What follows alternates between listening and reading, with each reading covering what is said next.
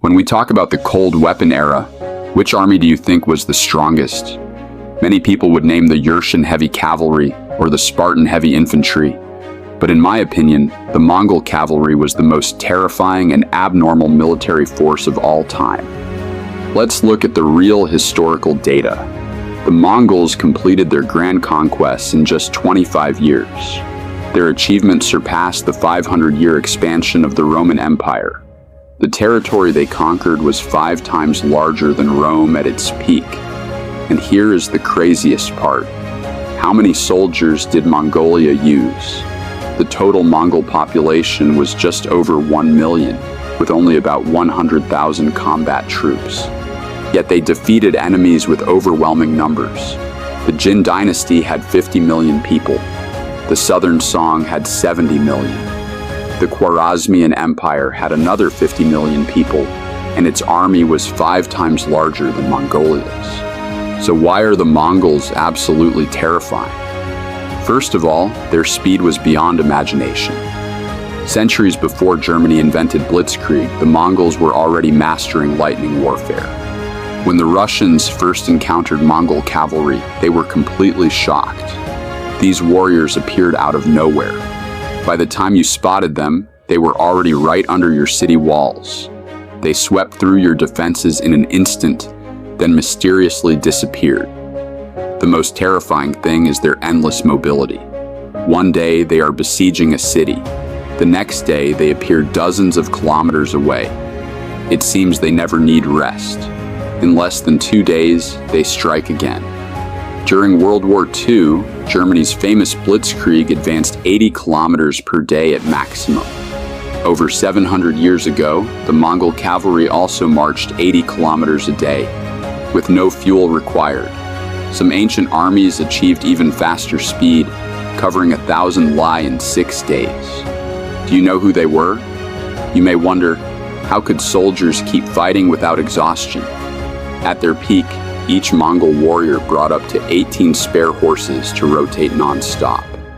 Speed means nothing without supply lines. We all know that even brilliant strategists like Zhuge Liang were repeatedly defeated by food shortages. Napoleon and Hitler both failed to conquer Russia for the same reason: endless territory, overstretched supply lines. But Genghis Khan completely solved this problem. The Mongols had a self-sustaining supply system ahead of their time. Each cavalryman carried 2 leather pouches. One held mare's milk, which could be fermented into kumis for long-term drinking. The other pouch was filled with air-dried beef jerky, enough to sustain a soldier for half a month. Mongols were born hunters. They shot game on the march for fresh meat. They placed raw meat under their saddles. The constant friction and movement softened and tenderized the meat, ready to eat directly. When supplies ran extremely low, they ate war horses or drank small amounts of horse blood to survive. This self-contained logistics system was absolutely dominant in ancient warfare. Never think the Mongols were merely primitive nomads. Their strategies and battlefield tactics were extremely sophisticated. Let's analyze Genghis Khan's first Western campaign to see how terrifying their tactics truly were. The war was triggered by the Khwarazmian Empire. At that time, Khwarazmia was a rising superpower known as the Son of the Oasis. It controlled the entire Transoxiana region, most of Afghanistan, and all of Persia. A rising power should never provoke the world's strongest overlord. But Khwarazmia made this fatal mistake. After unifying the grasslands, Mongolia became a powerful empire seeking peaceful trade. Genghis Khan sent a merchant caravan and even wrote a friendly letter to the Khwarazm Shah. He expressed his hope for peaceful coexistence. Unfortunately, the Khwarazmian king ignored the warning. A local governor robbed the Mongol caravan and massacred all merchants. Realizing diplomacy failed, Genghis Khan decided to launch a full-scale conquest.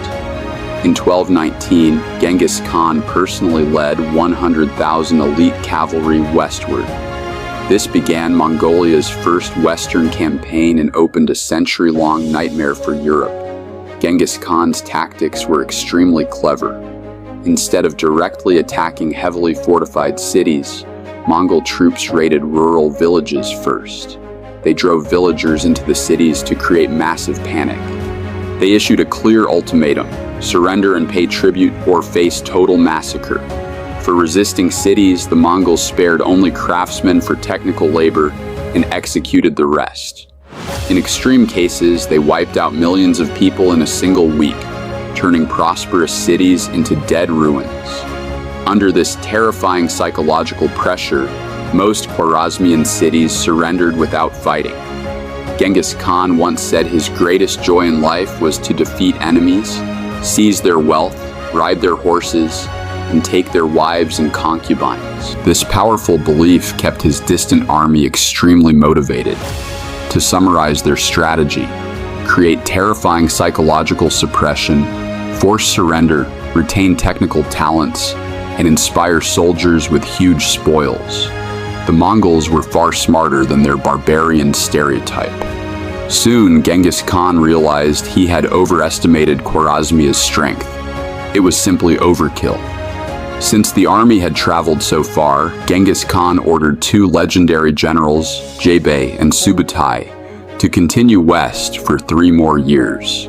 Leading 20,000 cavalry, they marched from Samarkand all the way to the Volga River. They crossed the Caucasus Mountains and completely defeated the Alans and Cumans. The defeated Cumans fled to the Rus principalities for help. The princes of Kiev assembled an 80,000-strong coalition to fight the Mongols at the Kalka River. Here, the Mongols unleashed their ultimate tactic, the Kite Tactic. They shot enemies from afar, feigned retreat, and kept shooting while running. They lured the enemy into pursuit, then suddenly switched fresh horses, charged, and divided the enemy formation. If the Rus chased, they suffered heavy losses. If they stopped, the Mongols turned back and attacked again. This famous Parthian shot tactic completely crushed the Rus army. 9 Grand Dukes died, and less than 1 in 10 soldiers survived. The terrified Rus people believed they were punished by God, and they named the Mongols the Scourge of God. The Mongol army continued west through Ukraine, looting all the way to the Crimean Peninsula. They were about to capture Kiev when the 3-year expedition deadline ended. Jebe and Subutai had to withdraw east, defeating the Volga Bulgars on their way back. This became the longest cavalry raid in human history. 20,000 soldiers, with no reinforcements and no navigation, traveled 8,900 kilometers in 3 years, fighting non-stop. Their reputation shocked the entire Western world. But for Europeans, the real nightmare was just beginning. The second, even more brutal Mongol Western campaign was on its way.